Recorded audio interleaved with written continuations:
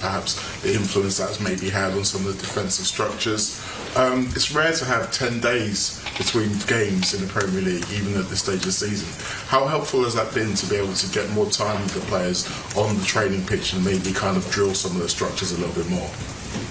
No, of course it's helpful, but we did have a good pre-season. We had 6 weeks compared to last season where we only had 2. Yeah, we had 6 weeks as well, but only 2 with most of the players. So we've had our time to train already, and I think that's also what you could see against the Bournemouth game, because it was, if you look at data, running stats, it was the most intense game that is played in the weekend.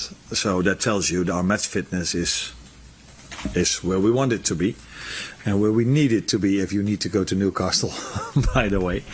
But it's also clear that in pre-season, that's what I said, I mixed up lineups, and then it's quite normal that you don't see every time the right connection between some players or some lines. But that was already very good against Bilbao, and okay to good against Palace and Bournemouth.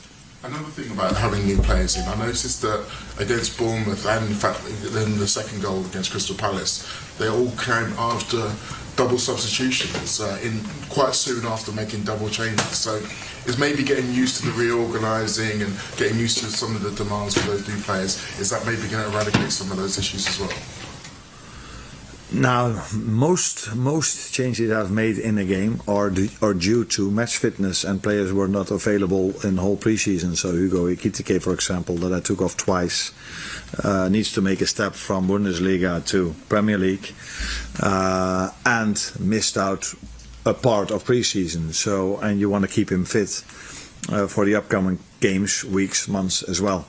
It's the same with McAllister, who was not able to start, in my opinion, yet against Palace. But I think he needed playing time. It's the same why I started him against Bournemouth. Was he already on the top of his level? No. But to get there, he needs playing time. So I had to take him off. Now, I just spoke about Jeremy, who comes from a different league. And so, yeah, you need to take this into account, although that's sometimes difficult for a fan or a pundit, because they're like, you need to win this game. Yeah, we need to win this game, but we need to keep them fit for the rest of the season as well. And we do have players on the bench that are equal to the ones that start. So then you need to use your squad. So I see it as a coincidence that we've conceded our goals after the substitutions.